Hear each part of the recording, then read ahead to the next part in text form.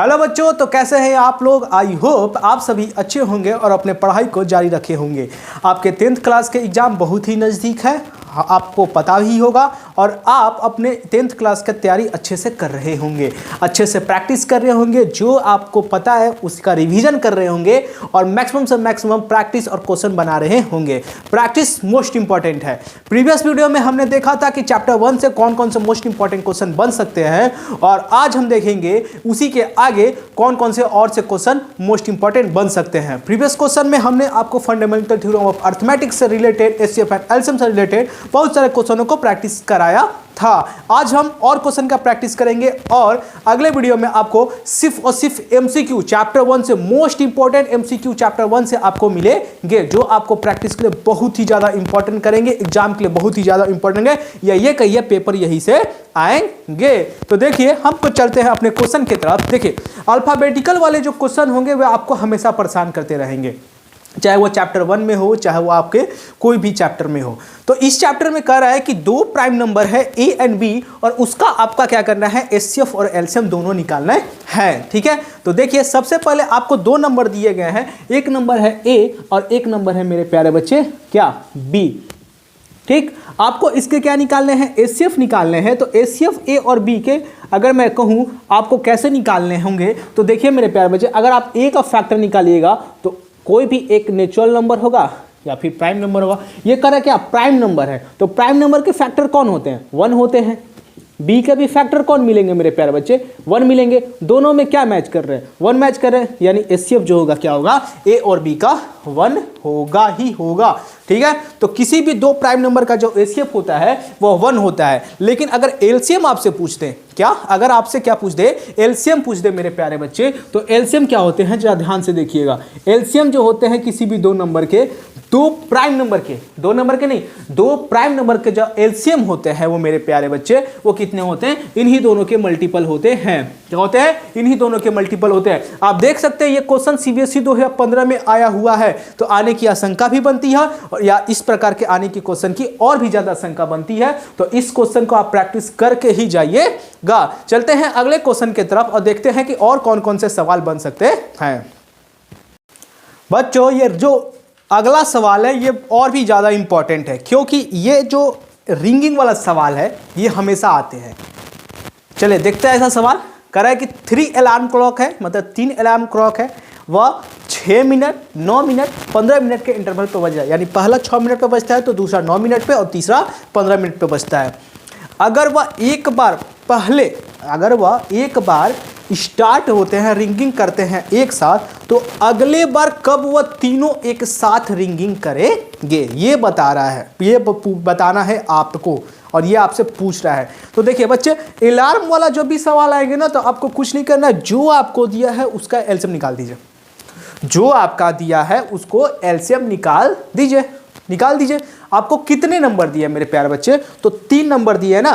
कितने नंबर दिए हैं, 3। कौन कौन, 6, 9 और 15। तो आप क्या कीजिए, एलसीएम निकालिए, किसका, 6 का, 9 का और 15 का। और ये 6, 9 का 15 आप जब एलसीएम निकाल दीजिएगा तो वही इसके क्या हो जाएंगे, आंसर हो जाएंगे। इसमें 2 प्रकार के सवाल बनेंगे, एक कि अगला कब इस तीनों एक साथ रिंग करेगा, तो उसमें चुपचाप आप क्या कीजिएगा, एलसीएम निकाल दीजिएगा। और फिर पूछेगा कि टोटल ये कितने बार रिंग करेंगे। ठीक है, तो टोटल ये कितने मिनट बार रिंग करेंगे, तो इसके एलसीएम और उसमें एक क्या कर दीजिएगा, ऐड कर दीजिएगा। तो देखिए 6, 9, 15 का आप एलसीएम निकालिएगा मेरे प्यारे बच्चे, तो आपको पता है आप ऐसे भी निकाल सकते हैं। ये छोटे नंबर है, 15 का एलसीएम निकालना है हमको, तो 15 एकम 15, बड़ा नंबर क्या, 15 क्या 6 के टेबल में आता है, नहीं आता। 15 का टेबल फिर से पढ़िए, 30, तो 30 क्या 6 के टेबल में आता है, हाँ जी आता है। 30 क्या 9 के टेबल में आता है, नहीं, तो ये भी क्या हो जाएगा, कैंसिल। 15 3 जा कितना मेरे भाई, तो 45 क्या 6 के टेबल में आता है, नहीं, तो ये भी क्या हो गया, कैंसिल हो गया। ठीक है, 60, 15 4 जा कितना, अगला 60, तो 60 तो 6 में आता है लेकिन 9 में नहीं आता है, तो 60 क्या हो गया, कैंसिल हो गया। ठीक है, 25 अगर हम देखें तो 25 से 15 के टेबल में तो आता है, लेकिन बाकी दोनों के टेबल में नहीं आता, तो ये भी क्या हो गया, कैंसिल हो गया। ठीक है, और 90 आते हैं मेरे प्यारे बच्चे, तो 90 देखोगे आप मेरे भाई, तो 90 जो होता है वो 6 के टेबल में भी आता है, 9 के टेबल में भी आता है, 15 के टेबल में भी आता है। ठीक है, किसके टेबल में, 96 के टेबल में भी, 9 के टेबल में भी, 15 के टेबल में भी, यानी जो इसका एलसीएम आएगा मेरे प्यारे बच्चे 90 आएगा। इसका मतलब ये हुआ कि ये 90 मिनट बाद, मतलब कि एक बार बजने के 90 मिनट बाद यह फिर से क्या करेंगे, एक साथ रिंग करेंगे। ये तो हो गया आपका एलसीएम निकालने का शॉर्ट तरीका। आप इसको लॉन्ग डिवीजन से एलसीएम निकाल के आप 90 आंसर ले आ सकते हैं। ठीक है बच्चे, तो अगले सवाल की तरफ चलते हैं। ये आप कर लीजिएगा, आई होप आप कर लेंगे, अच्छे से कर लीजिएगा। चलिए अगले सवाल की तरफ चलते हैं। चलिए बच्चे देखिए अगला सवाल क्या कर रहा है। अगला सवाल आपको इरेशनल नंबर के बेसिस पर रहेगा। क्या सवाल कर रहा है कि prove that √2 is an irrational number. ये आप तो हवा में उड़ा देते होंगे ऐसे क्वेश्चन को। ठीक है, √2 कैसे इरेशनल नंबर हुआ, √3 कैसे हुआ, √7 कैसे हुआ, √5 कैसे हुआ, √11 कैसे हुआ, √13 कैसे हुआ। तो ये तो आपको बनाने आता होगा। एक बार हम इस क्वेश्चन को बताते हैं और इस पे बहुत सारे क्वेश्चन आपको जितने जो भी क्वेश्चन पूछते हैं √2, √5, √7 जो भी क्वेश्चन पूछ दे आप उसको बना लीजिएगा। तो चलिए हम बनाएंगे इस क्वेश्चन को। देखिए कैसे बनाएंगे इस सवाल को। तो आपसे पूछा था √2 एक इरेशनल नंबर है, तो देखिए बच्चे ऐसे सवाल को आप कॉन्ट्राडिक्ट करके बनाते हैं। कॉन्ट्राडिक्ट का मतलब हम जो मानते हैं उसको गलत प्रूफ करते हैं और गलत प्रूफ करके क्वेश्चन को सही कर देते हैं। आइए देखिए समझिए, अगर है इफ पॉसिबल, यदि संभव है तो हम मान लेते हैं कि √2 क्या है, एक इरेशनल नंबर है। और जब √2 एक इरेशनल नंबर है तो √2 को हम कैसे लिखते हैं, a/b के फॉर्म में लिखते हैं। तो √2 इक्वल टू क्या हो गया, p/q, जहां पे p और q कोई एक इंटीजर्स है और q 0 के बराबर नहीं है। ठीक है, लेट मान लेते हैं कि p और q के कुछ कॉमन फैक्टर हैं 1 के अलावा, और उसका क्या कर रहे हैं, डिवाइड कर रहे हैं उसी कॉमन फैक्टर से। p और q के अलावा वो कॉमन फैक्टर है 1 के अलावा, और p और q को उसी कॉमन फैक्टर से डिवाइड करा रहे हैं। ठीक है, तो बच्चे यहाँ के बाद यहाँ आ जाते हैं। तो √2 बराबर a एंड b, जहाँ पर a और b क्या है कि को प्राइम नंबर है। को प्राइम नंबर अपने प्रीवियस वीडियो में मैंने उस पर क्वेश्चन भी कराया था कि को प्राइम नंबर कैसे हम पहचानते हैं। इसमें बस इतना समझिए कि जिसके HCF 1 होते हैं, जिस पेयर ऑफ नंबर के HCF 1 होते हैं वे को प्राइम नंबर होते हैं। मान लें कि a और b क्या है, को प्राइम नंबर है। हम यहाँ से क्रॉस मल्टीप्लाई कराए तो √2b बराबर क्या आ गया, a आ गया।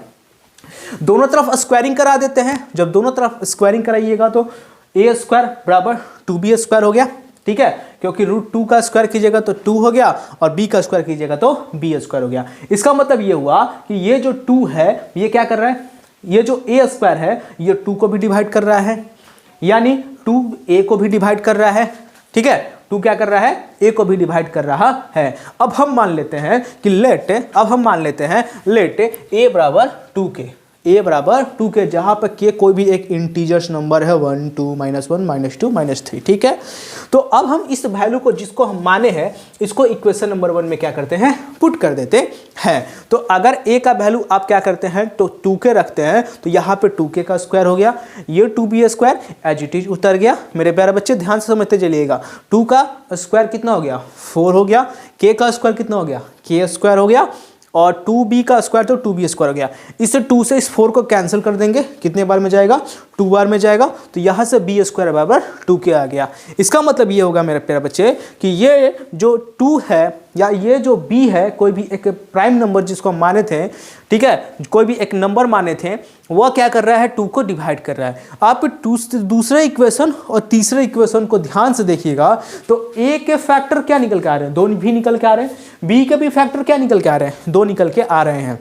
बात समझ आ रहा है। यहाँ पे इक्वेशन सेकेंड में देखिएगा तो a के भी फैक्टर 2 निकल के आ रहे हैं, b के भी फैक्टर 2 निकल के आ रहे हैं। इसीलिए इक्वेशन 2 एंड 3 से हम ये कह सकते हैं कि a और b के क्या है, कॉमन फैक्टर है, कौन, 2। इसीलिए जो हमने माने हैं कि a और b एक को प्राइम नंबर है वो गलत है, क्योंकि a और b अगर को प्राइम नंबर है तो उसके HCF तो 1 आने चाहिए। लेकिन हमने तो अभी करके देखा तो इसके क्या कितने फैक्टर आ रहे हैं, 2 फैक्टर आ जा रहे हैं। इसके फैक्टर कितने आ रहे हैं, 2 आ रहे हैं। लेकिन जबकि को प्राइम नंबर होता है, यही खेल है, समझते चलिएगा। ये a और b क्या है, को प्राइम है तो HCF 1 होना चाहिए। लेकिन अभी हम सॉल्यूशन करते समय देख रहे हैं कि a और b के 1 फैक्टर नहीं है, टू फैक्टर हो जा रहे हैं, तो क्या ये को प्राइम हो पाएंगे? तो बिल्कुल नहीं हो पाएंगे। इसीलिए हमने जो माना था वो क्या है, गलत है। और जब गलत है तो जो क्वेश्चन दिया है √2 एक इरेशनल नंबर होना चाहिए, वह सही है। तो इसी बात को हमने लिखा कि हमने जो कॉन्ट्राडिक्ट किया था ए और बी को प्राइम है, तो हमारा सपोजिशन क्या है, रॉन्ग है। इसीलिए √2 एक इरेशनल नंबर है। बच्चे अब आपको समझ में आया होगा कि इस तरीके, चाहे अब इस पे कोई भी सवाल आपसे पूछते हैं, √7 करके दिखाइए, √5 करके दिखाइए, √11 करके दिखाइए, √3 करके दिखाइए, चाहे कोई भी सवाल पूछ दे, किसी भी इरेशनल नंबर का सवाल पूछ दे, आप इसको इस तरीके से जट से, और ये बिल्कुल लॉन्ग में क्वेश्चन आने की संभावना है। और लॉन्ग में जब आएगी तो आप इसी तरीके से आंसर को, सॉल्यूशन को देकर आइएगा, और पूरे के पूरे 5 नंबर आपको लेकर आने ही आने हैं यहां से। ठीक है, एक सवाल ऐसे बनेंगे, एक सवाल अभी हम जस्ट इसके बाद बताने वाले हैं, उस प्रकार के सवाल आ सकते हैं। चलिए अगले सवाल की तरफ चलेंगे।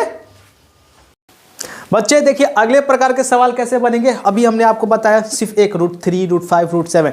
अब क्या कर देंगे, आपको इसी इरेशनल नंबर में √2 में, √5 में, √7 में आपको कुछ ऐड कर देंगे, आपको कुछ सब्ट्रैक्ट करके दे देंगे और बोल देंगे कि इसको इरेशनल नंबर प्रूव करके आना है। तो मेरे प्यारे बच्चे देखिए कैसे करेंगे। सब हमारा काम वही है कि हम मान लेंगे कि 5 + √2 एक क्या है, irrational number, sorry rational number है। और जब रेशनल नंबर है तो आपको पता है रेशनल नंबर किसके बराबर होता है, तो a या p/q के बराबर होते हैं, जहां पे q के वैल्यू 0 के बराबर नहीं होते, मतलब डिनोमिनेटर के वैल्यू 0 के बराबर नहीं होते हैं। तो हम मान लेते हैं 5 + √2 किसके बराबर, a/b के बराबर, और a/b कोई एक इंटीजर्स है, और जहां पे b का वैल्यू क्या है, 0 के बराबर नहीं है। अब क्या किए हमने, इस रेशनल नंबर, आपको पता है a/b एक रेशनल नंबर है, इस 5 के नीचे कुछ नहीं है मेरे प्यारे बच्चे, तो हम लगा लिए 1, और इसको हम इस साइड में ट्रांसफर कर दिए, इसको हम इस साइड में क्या कर दिए, ट्रांसफर कर दिए। हम 5 को क्या किए, a/b साइड में ट्रांसफर कर दिए। तो आपको लीनियर इक्वेशन से पता है ये प्लस में, तो इस जगह किस में हो जाएगा, माइनस में हो जाएगा। तो मेरे प्यारे बच्चे √2 = a/b माइनस का 5, और नीचे क्या है, 1। अब देखिए ध्यान दीजिएगा, यही सारा अब यही पे है।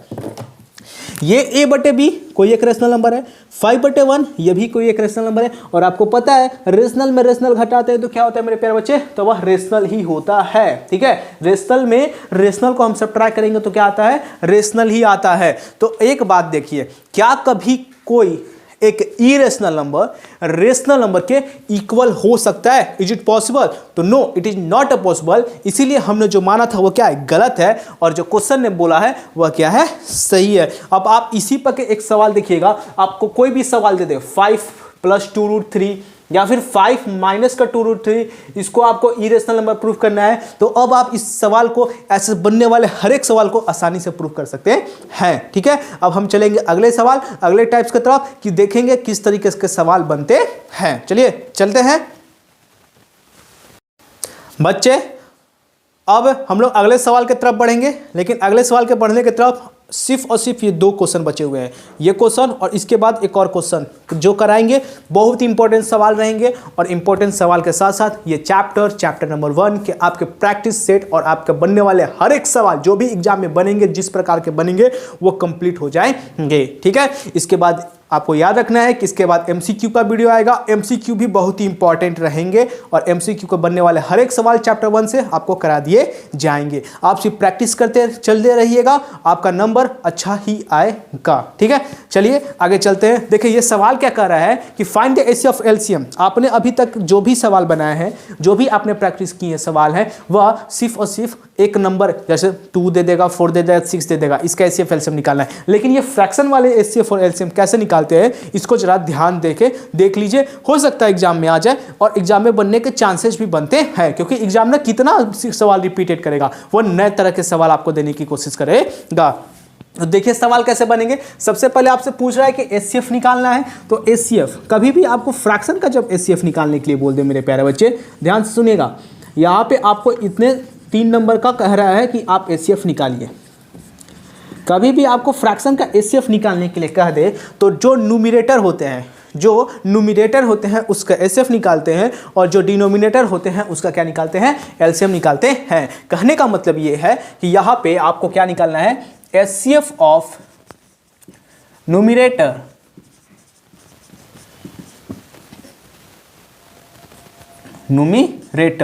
और एलसीएम ऑफ डिनोमिनेटर। ओके, तो आइए हम निकाल लेते हैं। देखिए ऊपर क्या है HCF, तो HCF निकालना है कौन कौन से नंबर का, 8 का, 32 का एंड 10 का। नीचे वाले का क्या निकालना है मेरे प्यारे बच्चे, एलसीएम निकालना है किसका, 9 का, 81 का और 27 का। आप निकाल सकते हैं, बिल्कुल निकाल सकते हैं। चलिए आइए निकालते हैं। 8 है, 32 है एंड 10 है। तो हम क्या करते हैं, लॉन्ग डिवीजन लगा लेते हैं HCF के लिए। तो 8 का आप जब 10 से डिवाइड कराइएगा तो ये जाएगा 8 बार में और ये बचेगा 2, और 2 का जब आप 8 से डिवाइड करिएगा तो जाएगा कितने बार में, 4 बार में। यानी ये 2 इन दोनों नंबर के लिए क्या है, HCF है। लेकिन एक और नंबर बचा हुआ है, यानी आपको 2 से फिर किसका डिवाइड कराना है, 32 का कराना है। ये जाएगा 16 बार में, और लेकिन आपका जो यहाँ पे निकल के आया वो 2, यही इसका क्या है मेरे प्यारे बच्चे, HCF है। यानी HCF कितना आ गया, 2 आ गया। 9, 81, 27 का आपको क्या निकालना है, एलसीएम निकालना है। लॉन्ग डिवीजन ही अपनाते हैं। 9, 81 और 27।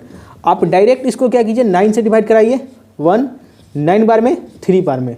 फिर आप इसको 3 से डिवाइड कराइए 1, 3 बार में, और इसको 1 बार में।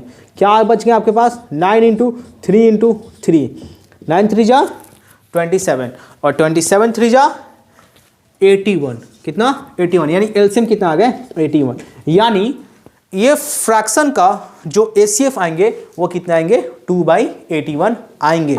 अब हम चलेंगे एलसीएम की तरफ, ध्यान से देखते चलिएगा। HCF हो गए, अब हम चलेंगे किसके तरफ, एलसीएम की तरफ। देखिए आपको क्या निकालना है, एलसीएम निकालना है किसके मेरे प्यारे बच्चे, तो 8/9 के और किसके, 32/81 के एंड 10 किसके, कैसे निकालेंगे। देखिए इसमें क्या था, HCF था, तो न्यूमरेटर का क्या निकालते थे, HCF निकालते थे, और डिनोमिनेटर का क्या निकालते थे, एलसीएम निकालते थे। एलसीएम है, न्यूमरेटर का एलसीएम निकाल देंगे, डिनोमिनेटर का HCF निकाल देंगे। कहने का मतलब आपको इसमें क्या करना है, एलसीएम निकालना है किसका, न्यूमरेटर का, और HCF निकालना है किसका, डिनोमिनेटर का। समझ में आया बात को, चलिए निकाल लेते हैं। आइए, यानी यहां पे आपको एलसीएम निकालना है किसके, 8 के, 32 के एंड 10 के, और यहां पे HCF निकालना है किसके मेरे प्यारे बच्चे, तो 9 के, 81 के और 27 के, है ना। चलिए निकालते हैं। देखिए ध्यान से देखते रहिए, किसका निकालना है, एलसीएम 8, 32 एंड 10 का, 8 का, 10 का एंड 32 का हमको एलसीएम निकालना है। आपको पता है किसके टेबल से जाएगा, आपको पता है 2 के टेबल से जाएगा, 2 4 जा 8, 2 5 जा 10, 2 6 जा 32। फिर 2 के टेबल से जाएगा, 2 2 जा 4, 5 8। फिर 2 के टेबल से जाएगा 1 5 एंड 4। अब ये नहीं जाएंगे, मल्टीप्लाई कराएंगे, 2 2 जा 4, 4 2 जा 8, 8 5 जा 40 और 44 जा मेरे प्यारे बच्चे कितना होगा, 160। यानी ऊपर वाले का जो न्यूमरेटर का एलसीएम वो कितना गया, 160। डिनोमिनेटर का क्या निकालना है, HCF निकालना है।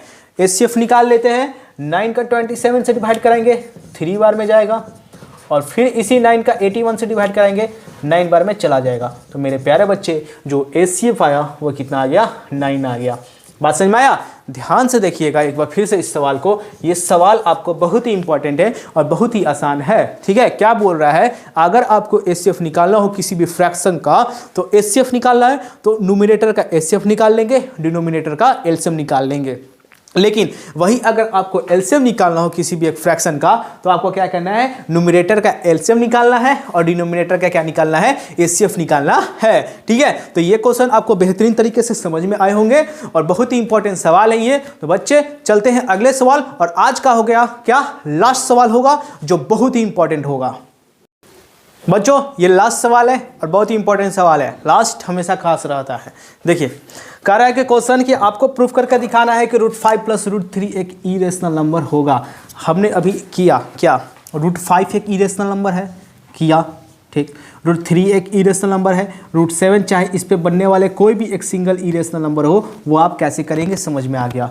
कोई भी एक इरेशनल नंबर को के साथ कोई भी एक रेशनल नंबर अगर हम जोड़ दे रहे हैं, या घटा दे रहे हैं वो कैसे करेंगे इरेशनल नंबर, अभी समझ में आया। लेकिन मेरे प्यारे बच्चे आपको √5 और √3 यहाँ आप देख रहे हैं ये भी इरेशनल है, ये भी इरेशनल है, दोनों को जोड़ते हैं तो हमारा कैरेक्टरिस्टिक्स ये कहता है वह या तो रेशनल भी हो सकते हैं या तो इरेशनल भी हो सकते हैं। लेकिन आपको ये कह रहा है कि √5 + √3 एक इरेशनल नंबर है, ये आपको प्रूफ करके दिखाना पड़ेगा। कैसे पड़ेगा ध्यान से देखिएगा, बात हमारा फंडा वही शुरू होगा। √5 + √3 एक रेशनल नंबर है, रेशनल नंबर है तो a/b या p/q के बराबर होगा। √5 को एज इट इज छोड़ दिए, √3 को इधर लेके आ गया तो ये चला गया किसमें, माइनस में। मेरे प्यारे बच्चे अब हम इसके बाद यहाँ से सॉल्व करते चले जाएंगे और आपको समझाते चले जाएंगे। ये क्या है, कह रहा है कि दोनों तरफ स्क्वायरिंग कर लेंगे। तो मेरे प्यारे बच्चे जब आप दोनों तरफ स्क्वायरिंग करेंगे तो इधर LHS की तरफ √5 का स्क्वायर हो जाएगा और इधर p/q माइनस √3 का क्या हो जाएगा, स्क्वायर हो जाएगा। ठीक है, √5 का स्क्वायर करेंगे तो किसके बराबर बच्चे, तो 5 के बराबर। यहाँ देखिएगा आप p/q माइनस √3 यानी ये a - b के क्या है, होल स्क्वायर है। और जब यह a - b का होल स्क्वायर है तो आपको अच्छे से पता है क्या होता है, a² + b² माइनस का 2ab। अब तो आप माहिर हो गए होंगे इन सारे सवाल को बनाने में, क्योंकि आपके एग्जाम क्या है, नज़दीक हैं। तो a का स्क्वायर + b का स्क्वायर माइनस ab, यही है। ओके चलिए आगे बनाते हैं। देखिए ये 5 का तो 5 हो गया, ये तो p² + q² हो गया और ये क्या प्लस का 3 माइनस का 2√3 p/q, ये आपको निकल के आ गया। ठीक है, अब हम क्या करते हैं ध्यान से देखते चलिए। हम क्या किए यहाँ पे हमने क्या किया, इसका एलसीएम ले लीजिए q² का, या फिर आपको सारे नंबर को इस साइड लेकर आ जाइए। 5 - 3 माइनस p² बराबर माइनस का 2√3 और ये क्या हो गया, pq हो गया। ठीक है, 5 में से 3 घटाएंगे कितना आ जाएगा मेरे प्यारे बच्चे, 2 माइनस p² माइनस का 2√3 pq हो गया। ठीक है, यहाँ से आते हैं, आप यहाँ से जब एलसीएम लीजिएगा इसका तो 2q² माइनस p² में कितना आ गया, q² आ गया और ये माइनस का 2√3 pq हो गया। ठीक है, अब यहाँ पे ध्यान से देखिएगा मेरे प्यारे बच्चे, क्या करना है आपको, यहाँ दिख रहा है क्या, माइनस का 2√3 pq, क्या दिख रहा है, माइनस का 2√3 pq। तो ये pq जो है मेरे प्यारे बच्चे 2 के साथ भी है और ये pq जो है किसके साथ है, 3 के साथ भी है। ठीक है, कहने का मतलब अगर आप इन दोनों में से कॉमन निकालेगा तो pq तो कॉमन निकल जाके आ जाएगा, लेकिन इन दोनों को आपको क्या करना पड़ेगा, मल्टीप्लाई करना पड़ेगा। हम क्या करते हैं 2pq को इस साइड ले आ देते हैं, 2pq को इस साइड लेके आ जाते हैं। ठीक है, 2pq को इस साइड लेके आ जाते हैं। तो 2pq को जब आप इस साइड लेके आइएगा तो उधर क्या बच जाएगा, सिर्फ और सिर्फ √3 बच जाएंगे। ठीक है, देखिए क्या किए आप, माइनस का 2pq या माइनस का √3 को ऐसे ही छोड़ दीजिए, बस 2pq को आप उस साइड लेके चले जाइए तो ये आ जाएंगे 2q² माइनस p² में q²। और जब आप उधर लेके जाइएगा तो ये कितना हो जाएंगे, q में p बराबर √3। और अब देखिए ये क्या है, कोई भी एक रेशनल नंबर है और ये क्या है, कोई भी एक इरेशनल नंबर है। ध्यान से देखिएगा, ये कोई भी एक रेशनल नंबर है और ये कोई भी एक इरेशनल नंबर है, जो कभी भी बराबर नहीं आएंगे, क्योंकि रेशनल और इरेशनल कभी बराबर हो नहीं सकते हैं। इसीलिए हमने जो माना था वो सब पोजीशन क्या था, रॉन्ग था। और जो क्वेश्चन दिया हुआ है कि √5 + √3 एक इरेशनल नंबर होगा, तो ये क्या है, सही है। आई होप ये समझ में आया होगा, नहीं समझ में आया होगा तो वीडियो को आप रिपीट करके देख सकते हैं।